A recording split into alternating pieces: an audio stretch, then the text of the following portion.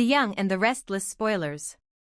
The night in Genoa City had never felt so endless to Victoria. Every time she thought she had reached the end of her search, another shadow seemed to stretch out before her, pulling her deeper into the maze of uncertainty surrounding Claire.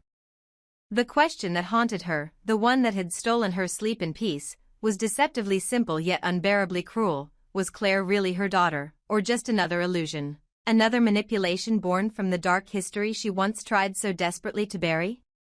She had followed the threads through half-truths, DNA tests that contradicted each other, whispered conversations, and faces that refused to meet her eyes, yet every lead brought her back to the same suffocating wall of doubt. And now, with Claire slipping away from the Newman family, vanishing for hours and nights without reason, Victoria's unease began to grow into something darker, something primal, a mother's instinct whispering that she was about to lose more than just a child. At first, she told herself that Claire was merely confused, that perhaps the girl was trying to find her identity after so many months of chaos and lies. But when reports reached her that Claire had been seen meeting Matt Clark, the same man whose name was once synonymous with deceit and danger, Victoria's fragile composure cracked. The thought of Claire being drawn to someone like him ignited a fire inside her, a blend of fear and fury. She knew Matt's reputation too well, the destruction he left behind, the twisted charm that lured people in before crushing them. But there was something different this time, something that gnawed at Victoria's intuition. Their meetings weren't romantic rendezvous, they were calculated, frequent, and always shrouded in secrecy. Every time Victoria tried to confront Claire, she found herself stonewalled by vague answers and hollow reassurances. The mother in her wanted to believe that this was nothing more than rebellion, but the woman who had lived through a lifetime of betrayal knew better. The breaking point came on a night so dark that the stars seemed to have abandoned the sky. Victoria followed Claire's car, the headlights slicing through the fog as she kept her distance, heart pounding like a drum against her ribs. She didn't know what she expected to find, perhaps a confession, perhaps a betrayal, but she knew she needed to see it with her own eyes. When Claire's car finally slowed before Matt's isolated house at the edge of town, Victoria pulled over a few yards behind, watching from the shadows as her daughter stepped out, looking nervous yet determined. The house itself was like a relic from another time, its silhouette barely visible through the mist, its windows faintly glowing like eyes that had seen too much. Victoria waited, gripping the steering wheel until her knuckles turned white. Then, when the door opened to reveal Matt's tall, imposing figure welcoming Claire inside, something inside her broke. For a few agonizing minutes, Victoria remained frozen, torn between fear and rage. Then instinct took over. She quietly stepped out of her car, moving closer, the damp grass brushing against her shoes as she crept to the back of the house. Every step echoed the questions that had haunted her for months. Who was Claire really? What did Matt know? And why did she feel, deep down, that the truth was something far worse than she could imagine? Pressing her back against the wall beneath a dim window, she could hear muffled voices inside, Claire's and Matt's. The tone was intimate, not in a romantic sense, but filled with a strange mixture of tension and familiarity. Victoria strained to catch fragments of their words through the crack in the glass. And then, the sound that made her blood run cold, Claire's voice, trembling yet tender, saying the word Dad. For a moment, Victoria's mind refused to process it. The world around her blurred, the cold air stung her face, and her heart seemed to stop altogether. Dad? How could that be? Matt Clark, the man who had once tried to destroy her family, who had terrorized the Newmans, was Claire's father? No, it couldn't be. It defied logic, it shattered every piece of the narrative she had believed. She wanted to burst through that door and demand an explanation, but she couldn't move. She just stood there, paralyzed, watching through the faint reflection on the glass as Matt reached out and placed a hand on Claire's shoulder, the gesture of someone not pretending, not manipulating, but protecting. Suddenly, every unexplained moment began to connect. The evasive way Claire had reacted to questions about her past, her reluctance to embrace the Newmans despite their efforts, her sudden loyalty to someone outside the family, it all formed a picture too twisted to deny. Victoria realized that she might have been chasing a lie built upon another lie. What if Claire had been manipulated not just by Jordan, but by someone even closer, someone with a personal stake in keeping her in confusion? What if all the tests, all the records, had been tampered with to hide the real connection, that Claire wasn't a Newman at all, but the living embodiment of the enemy's revenge? As she stood in the darkness, the sound of their conversation continued, and the tone grew heavier. They were talking about a plan, something that required secrecy and precision. Claire seemed hesitant, her voice rising and falling with emotion, but Matt's tone was firm, commanding, the way a father might instruct his child before something irreversible. Victoria's pulse quickened as she realized that whatever they were planning wasn't harmless. It carried weight, danger, perhaps even destruction. She could no longer pretend this was about love or rebellion. It was about allegiance. And if Claire was truly Matt's daughter, then Victoria was no longer dealing with a lost child, she was staring at the next generation of a legacy built on vengeance. She stumbled backward, gasping for breath as if the air itself had turned against her. Her mind replayed every moment with Claire, the hesitation, the distance, the moments that had once seemed like trauma but now felt like deception. Had Claire known all along? Was her kindness, her tears, her search for belonging all an act to gain access to Newman's secrets? Victoria's rational mind screamed for her to stop, to not jump to conclusions, but the mother in her couldn't silence the pain. She had opened her heart to this girl, defended her against every accusation, and now the possibility that it had all been a cruel manipulation shattered her from within. Back inside the house, Matt's deep voice resonated like an echo from her past, a reminder of the man who once swore he'd destroy her. His survival alone had been unthinkable, but the idea that he had raised a daughter, one he might have trained to infiltrate her life, was a nightmare beyond comprehension. Victoria's thoughts spiraled, drawing her deeper into a psychological storm. She couldn't tell anyone yet, not her father, not Nick, not even Nate, because she had no proof, only suspicion.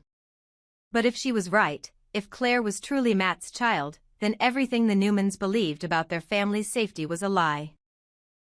Driving back through the fog, Victoria's reflection in the windshield looked like a ghost of herself, haunted, hollow, and terrified of the truth she'd uncovered. Every mile between her and that house felt like a descent into madness. She wanted to scream, to call someone, to make sense of what she'd seen, but there were no words strong enough to describe the betrayal. She thought of the night Claire had first called her mom, the fragile hope that had blossomed in her chest, and how easily it had been ripped away. If Matt was alive and plotting, it meant that his hatred had outlived reason, and that he was using the one thing Victoria cherished most, her maternal instinct, as a weapon against her. The following days blurred into one another. Victoria couldn't eat, couldn't sleep. Every time she saw Claire, she searched for signs, an expression, a gesture, anything that might confirm the truth. Claire, for her part, seemed distant, perhaps guilty, though she masked it well. When Victoria mentioned Matt's name casually, the flicker in Claire's eyes was brief but unmistakable. It wasn't fear, it was recognition. And that was enough. Victoria knew she wasn't imagining things. Something dark had entwined itself around Claire, something too powerful to ignore. But even as she tried to plan her next move, Victoria realized the gravity of her situation. If she exposed Matt without evidence, she would look paranoid. If she confronted Claire directly, she risked pushing her further into his control. The weight of helplessness crushed her, and for the first time in years, she felt truly alone. She thought of Victor's ruthless clarity, of how he would handle this if he were in her position, swift, decisive, merciless. But Victoria wasn't her father. She had spent years trying to lead with reason instead of dominance, with empathy instead of fear. Yet now, empathy had become her undoing. As the truth loomed over her like a storm cloud, Victoria understood that this wasn't just about discovering Claire's parentage, it was about reclaiming her own power before it was too late. The night she saw Claire call Matt Dad would forever mark the death of her illusions and the birth of something else, an awakening, cold and determined. She would find out the truth, no matter how deep she had to dig, and if Matt Clark had truly returned to destroy her family from within, she would end it before he had the chance. In the end, the question that once consumed her, whether Claire was her daughter, no longer felt like the heart of the mystery. The real question, the one that would define everything that came next, was far more chilling. Who had orchestrated this cruel deception, and how long had the Newmans been living with an enemy wearing the face of family? The revelation came like a slow-moving storm, relentless and impossible to ignore. For months, Victoria had clung to the fragile illusion that Claire was her daughter, that the universe had finally restored what years of deceit and grief had stolen from her. It was the one thread of light she allowed herself to believe in after so much darkness. But now that light had turned cruel. Everyone had warned her, everyone had whispered that Claire was not hers, that the tests and timelines never matched, that the girl's behavior carried too many inconsistencies to be the child Victoria had lost. Yet Victoria's heart refused to accept logic. She had built her life around that desperate hope, and in doing so, she had blinded herself to the truth staring her in the face. The truth, when it finally arrived, didn't explode, it suffocated. It crawled into her world quietly, stripping away every defense she had left until she stood alone in the ruins of her own conviction. The night she found out was not remarkable in any outward way. There was no confrontation, no dramatic unveiling, only the cold, clinical certainty that came from evidence she could no longer deny. Claire wasn't her daughter.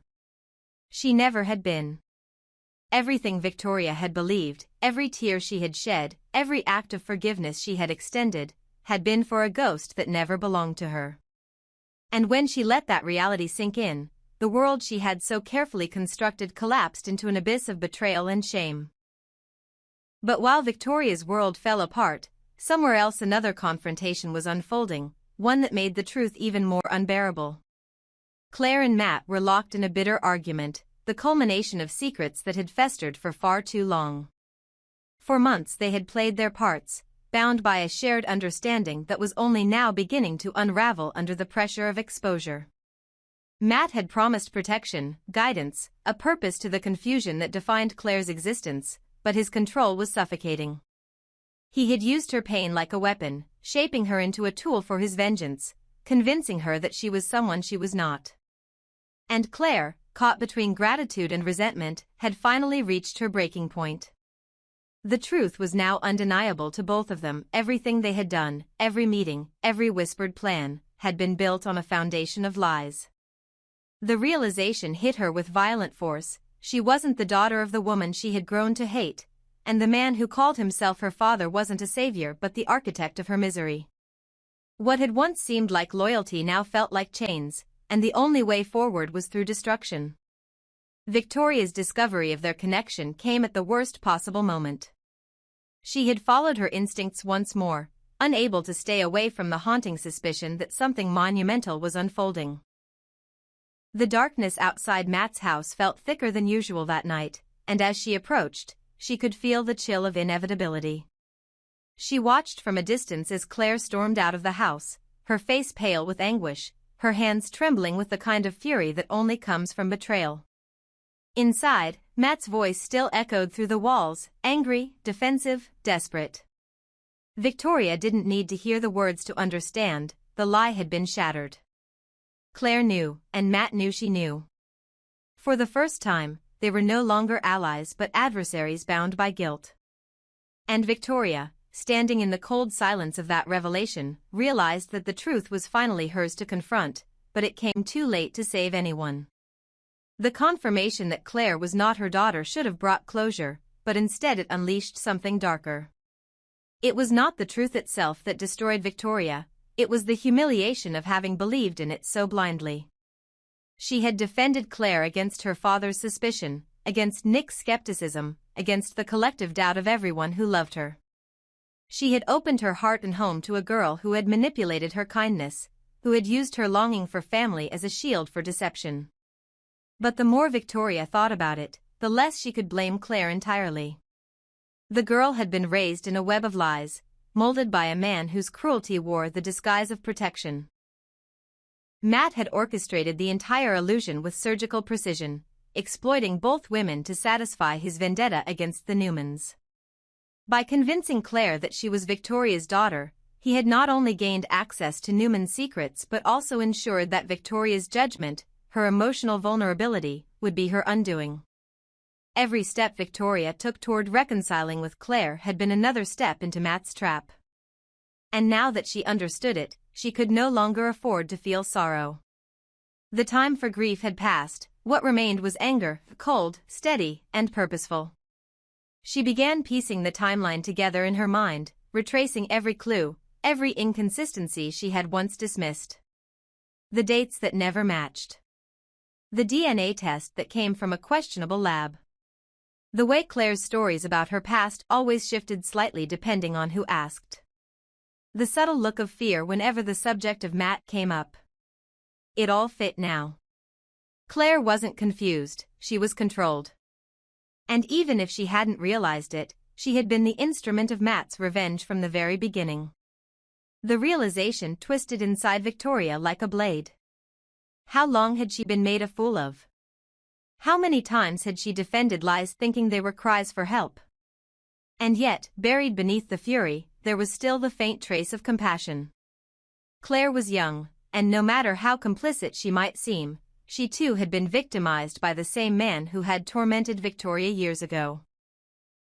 It was that understanding, that fragile empathy, that kept Victoria from storming into the house that night to expose them both. She wasn't ready to confront, she needed to prepare.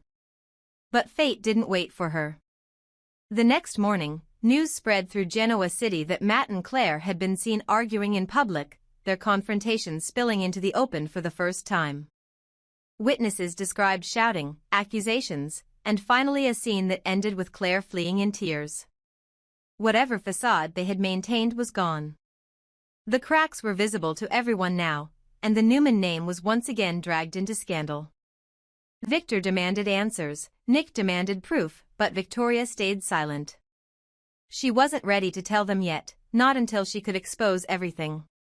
The world thought she was delusional, that her obsession with finding her daughter had clouded her reason, and perhaps it had.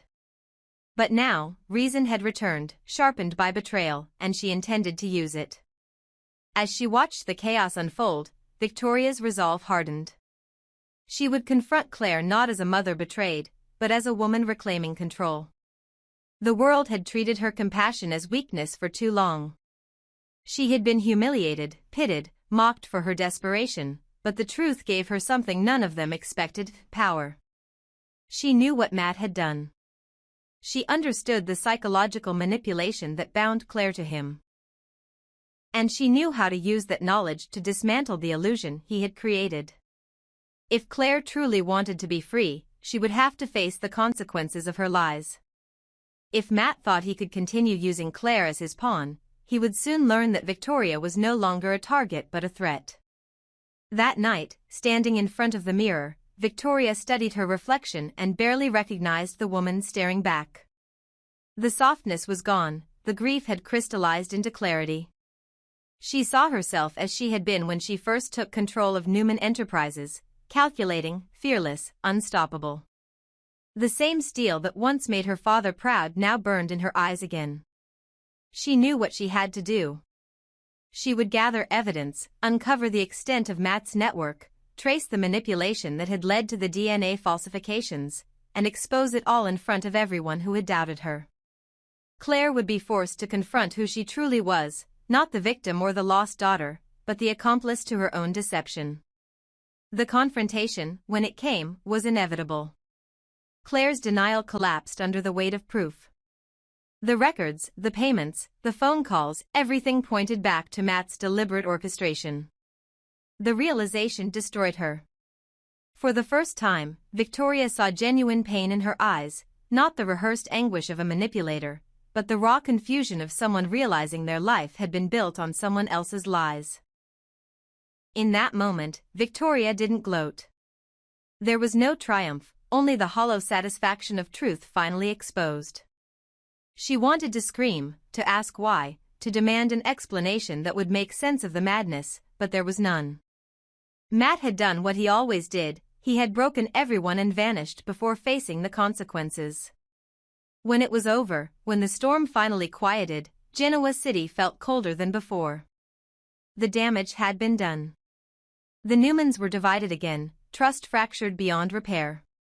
Claire disappeared for days, perhaps to grieve, perhaps to escape. And Victoria, though vindicated, found no peace in victory. The truth had freed her, but it had also condemned her to loneliness. She had uncovered the lie, unmasked the enemy, and saved her family's name, yet the void left behind was unbearable. She had wanted a daughter. Instead, she had found a mirror reflecting her own capacity for denial. In the end, the lesson was cruel but clear: some wounds are not meant to heal through love, but through confrontation. And Victoria, once the woman who sought redemption through belief, had learned that truth, no matter how dark, was the only salvation left.